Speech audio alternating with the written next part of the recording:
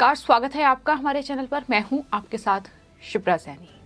उत्तर प्रदेश समेत देश के 5 राज्यों में हुए विधानसभा चुनावों में बीजेपी ने 4 राज्यों में प्रचंड जीत हासिल कर सत्ता पर बीजेपी काबिज हो गई है और अब राज्यसभा में भी 31 मार्च को चुनाव होना है। लेकिन इससे पहले बीजेपी के लिए बहुत बड़ी और अच्छी खबर सामने आ रही है। दरअसल खबर ये है कि बीजेपी ने राज्यसभा में अपना शतक पूरा कर लिया है, यानी बीजेपी की सीटों की संख्या अब 100 हो चुकी है और ये बीजेपी के लिए बहुत अच्छी खबर है, क्योंकि बीजेपी के जो कैंडिडेट हैं वो निर्विरोध जीत हासिल कर रहे हैं। एक के बाद एक तमाम ऐसे उम्मीदवार हैं जो निर्विरोध जीत रहे हैं और यही वजह है कि बीजेपी ने अब सांसदों की संख्या का ये शतक राज्यसभा में पूरा कर लिया है।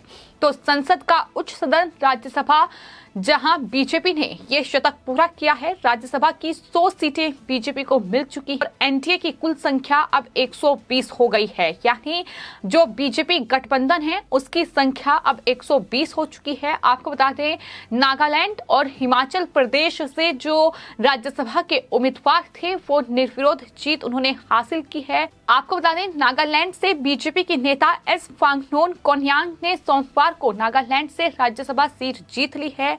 कोन्यांग बीजेपी की नागालैंड इकाई की महिला मोर्चा की अध्यक्ष हैं।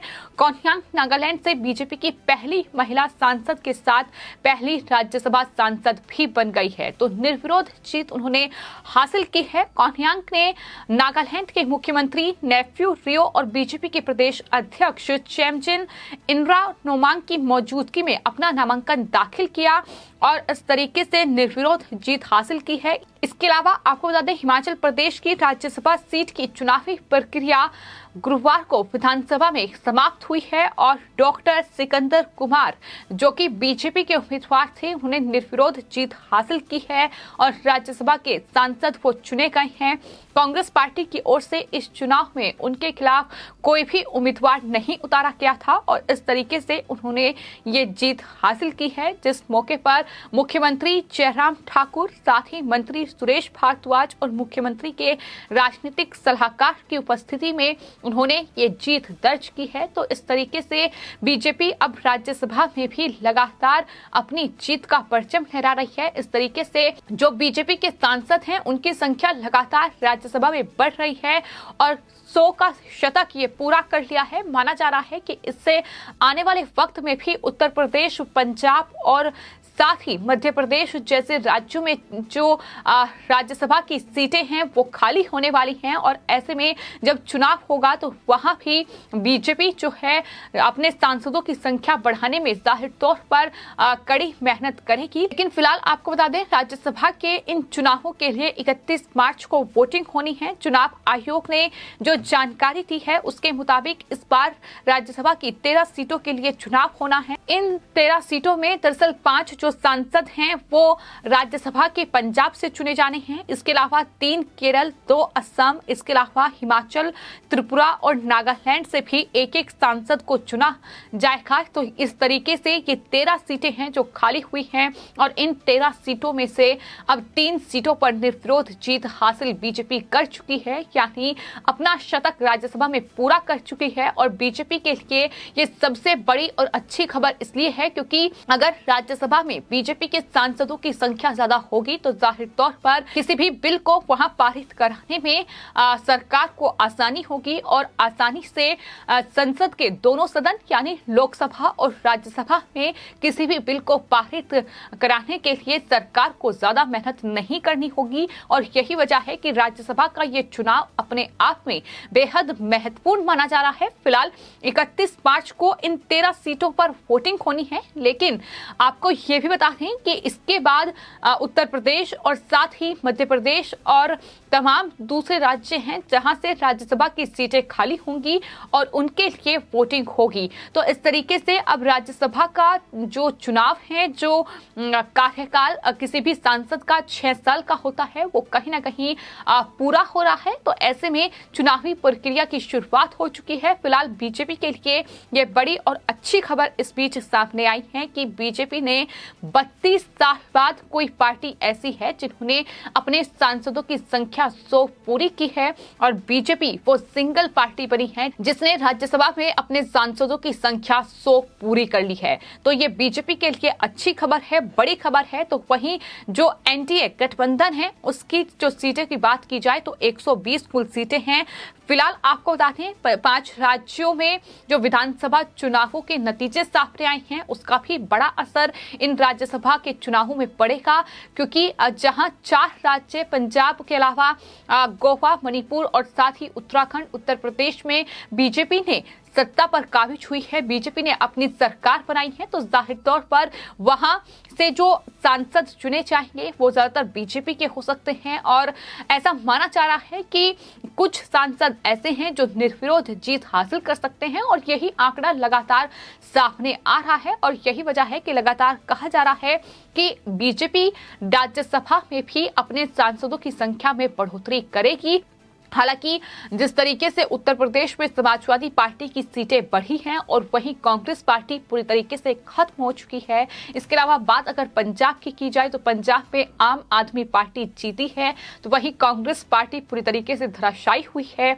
उसका खामियाजा भी कांग्रेस पार्टी को भुगतना होगा। हालांकि राज्यसभा या लोकसभा, हालांकि सवाल लगातार हार के बाद अब कांग्रेस पार्टी पर भी उठ रहे हैं कि कांग्रेस पार्टी जो एक के बाद एक तमाम राज्यों में हार हासिल कर रही है, क्या इस हार का नुकसान इस तरीके से होगा कि राज्यसभा में विपक्ष के नेता पद की हैसियत भी कांग्रेस पार्टी खो देगी?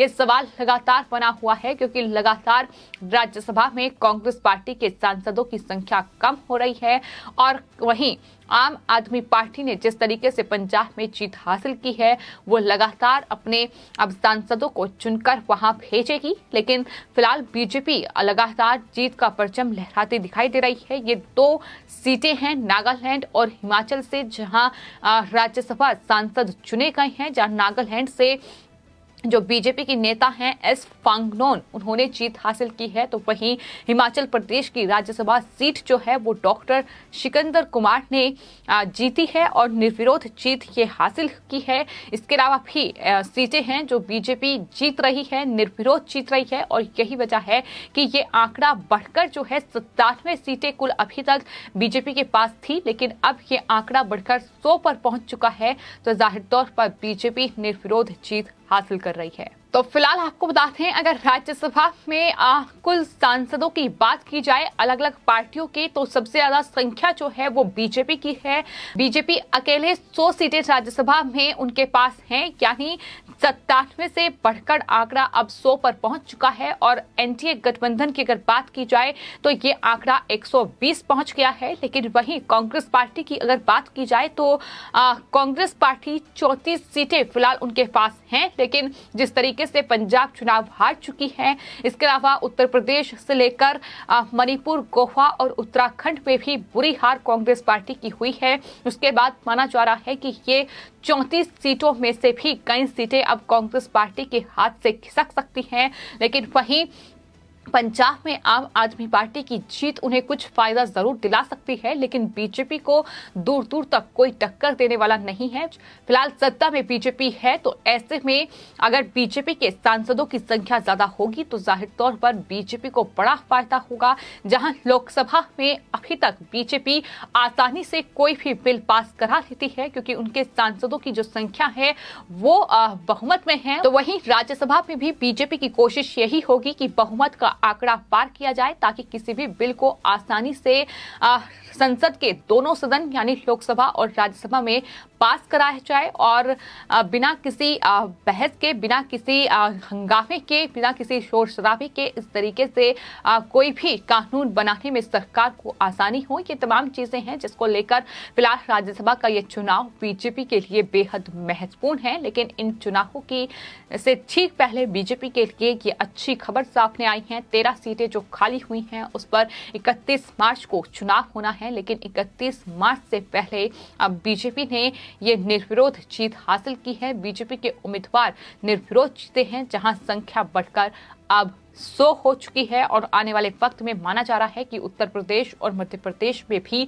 जो जीत बीजेपी की हुई है उसका बड़ा फायदा बीजेपी को राज्यसभा चुनावों में भी मिलने वाला है। फिलहाल आपकी इस पूरे मामले पर क्या राय है, हमें कमेंट बॉक्स में जरूर लिखें और चैनल को सब्सक्राइब करें। धन्यवाद।